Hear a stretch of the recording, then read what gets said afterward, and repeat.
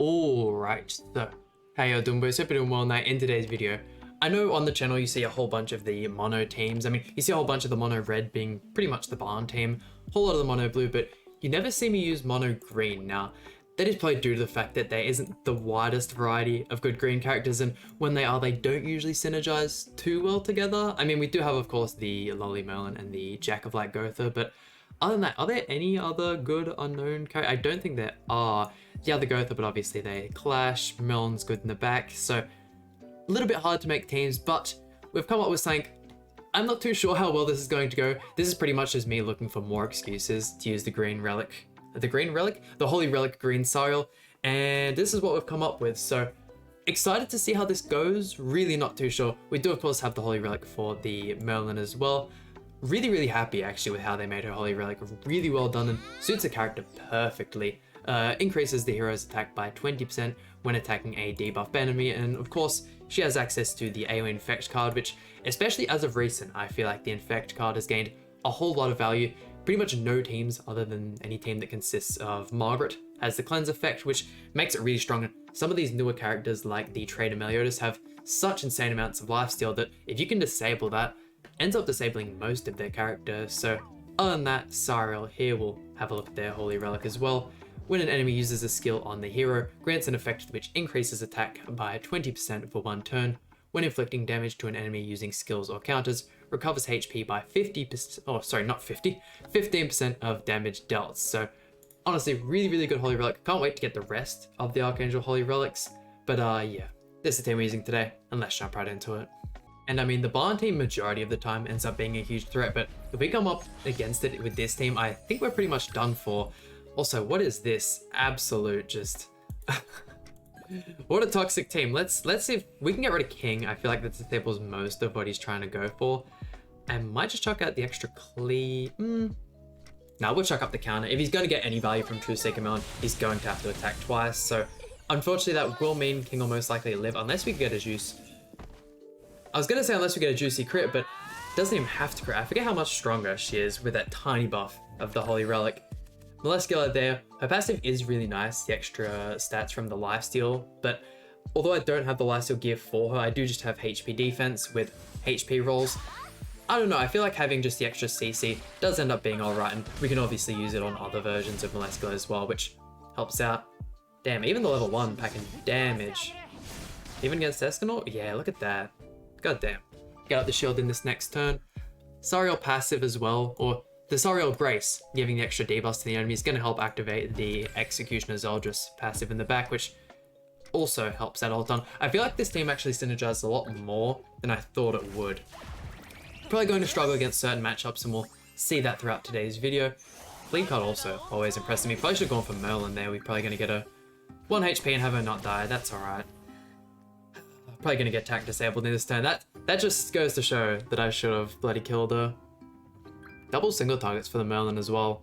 Easily going to be able to kill that. I suppose we don't even have to use the Infect card if we're using like any of SARIEL's cards whatsoever. He'll provide the debuffs himself. Not going for the attack disable unless he just doesn't have the card. And Merlin with the Tarmiel Grace as well, I don't think I mentioned at the beginning. Pretty much going to be making her immortal. I do only have a low ult level Tarmiel, so is missing a whole bunch of stats on the Merlin, but I feel like it's definitely more worth it having the Tarmiel Grace than not having it on Merlin. It still doesn't make the Tarmiel a must summon. I feel like you should definitely be holding on to all of your gems for the Slime collab, and even year 3 when that eventually comes out. And at the time of recording this video, we're at 969 subscribers, and I know I'm not usually the one to kind of ask for subscribers, but if you guys could, we are super close to that 1,000 milestone. Would mean the absolute world to me if you guys did that. Let's see if we can get rid of Margaret as early as possible. Getting rid of her means we remove the cleanse, and if they eventually get a level 3 Breath of Bless, that could be absolutely game ending for us.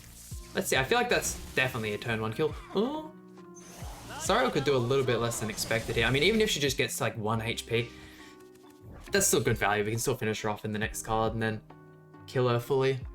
Man, Goddesses are so much annoying. I feel like I've been on a hot streak of saying this every video, but I've been seeing so much more Goddesses, and for no reason. It's not like her Holy Relic's new, or it's not like she's had any new units supporting her or anything along those lines. People have just been using Goddesses more. I'm not sure if it's just to spite me, but I'm not enjoying it whatsoever. The fact they didn't put up the Goddess Liz shield there is perfect. If I go for this here, I feel like I can actually just kill off Goddess Liz instead. Not too sure who is actually going to end up rocking the revive here. And then if we could kill with that one, I knew it was going to be short. Ugh. If we just had a couple more, or even just an extra ult level in Tarmiel, Melon would have had that little bit extra damage and probably would have been able to kill both the Margaret and the Elizabeth. Ooh, and a nice level 3 counter. What more could you ask for? At that point, I pretty much don't think there's an awful lot he can do to bring this back. Actually, the Margaret ultimate could definitely one-tap SARIEL. I've also heard really good things about the OG SARIEL's Holy Relic being super, super good in the Deer raid as well. And same with the Milim. Actually, I had one of you guys comment in one of the previous videos saying OG Relic, or not OG Relic, but the OG Relic SARIEL and the Milim with Holy Relic do super, super well. So definitely gonna have to give that a shot when the update happens, which today's video is probably gonna be one of the last videos we have before the actual Slime collab releases. So cannot wait. Really, really hope I get some good luck on that banner. Same goes for you guys. Hopefully you can end up getting all of your Slime collabs characters within your first rotation. That's always the dream. Is he gonna attack into us whatsoever here? I'd probably prefer to be didn't, that way we can get the full Quell ultimate off. I mean, he can attack into us with SARIEL. SARIEL's got plenty of HP and yeah, type disadvantage. Not gonna do an awful lot. Okay, yep, let's go 1, 2, and 3, why not? Let's see, this SARIEL is 6/6, and with the extra attack buff from the Holy Relic, surely some decent damage? Yeah. Quell isn't super, super strong. I feel like it ends up being just a tad bit stronger on the Festian though.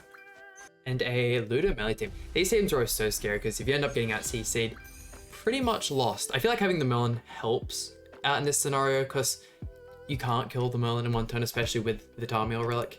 If we just go straight for melee though, straight for the kill, we won't have to worry about anything. And at least putting the Infect on him as well stops him from life stealing because, man, that, in literally just a single Pierce card, he can go straight back to full HP if you have a full team there. Melee is, I wouldn't even say he's super broken, he's just the best character in the game at the moment. And although this is a PvP game and a lot of people hate when stuff is super broken, I definitely wouldn't classify him as that. You can use so many teams, and I feel like this point in the meta is probably one of the best points to have been in the entire game.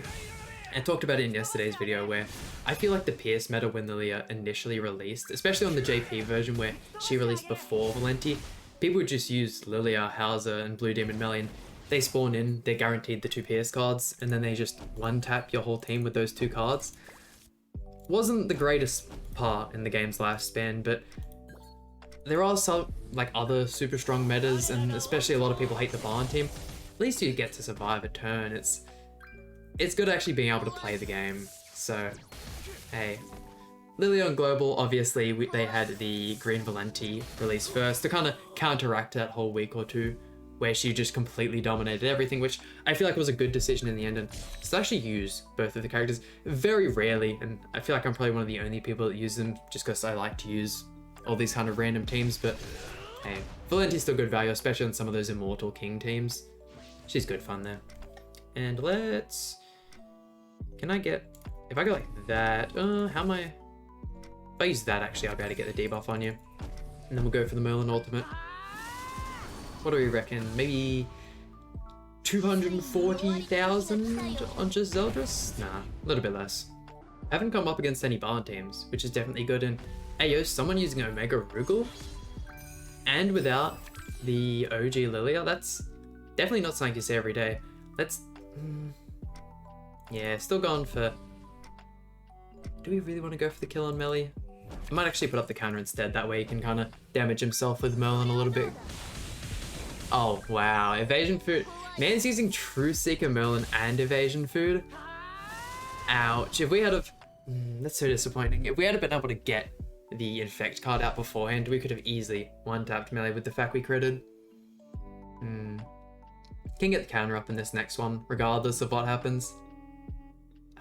Really hoping for our 3rd year anniversary end up getting Light type Tarmiel with a passive that cleanses is my absolute one at this point in time. Or even if we just get Light type Mael, I would be beyond happy. That would be dream come true. I just hope they don't end up flopping the bag. Because, I mean, gacha games, although gacha games definitely have the best anniversaries and celebrations out of most games, sometimes they can be a little lackluster.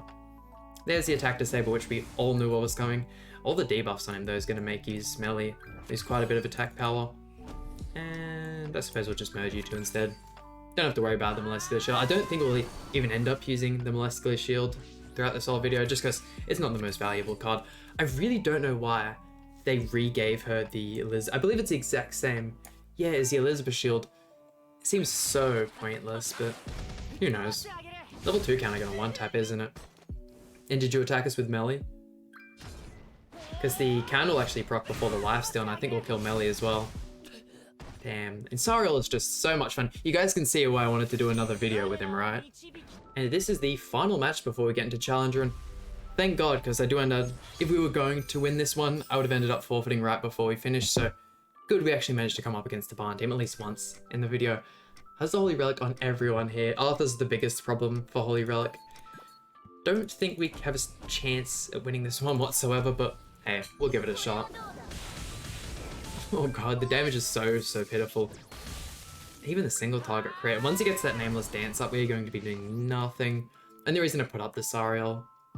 You probably won't even attack in this first turn. If you're smart, you just go Gift, Nameless Dance, and Terry Stance to kind of just wait out the counter. Oh, look like he's an alt drain. I'm just trying to get as many debuffs on his team as possible. Build up the Zeldris passive, and just lower like the crit damage and crit chance, all that kind of stuff. I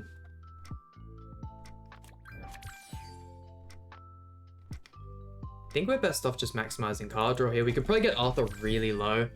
I want to get him as low as possible without proccing the Holy Relic. I think we might accidentally proc it in this next single target. The Molecular single targets actually do end up doing a lot more than you'd expect. Not against Arthur, because, I mean, he's Arthur. Okay, sweet. So still the Holy Relic, they end up getting so much HP back. Definitely has the blue Tarmiel in him, I can assure you that.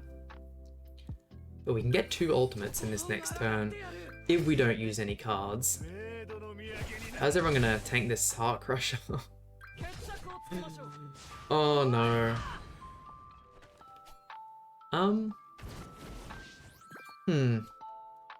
Yeah.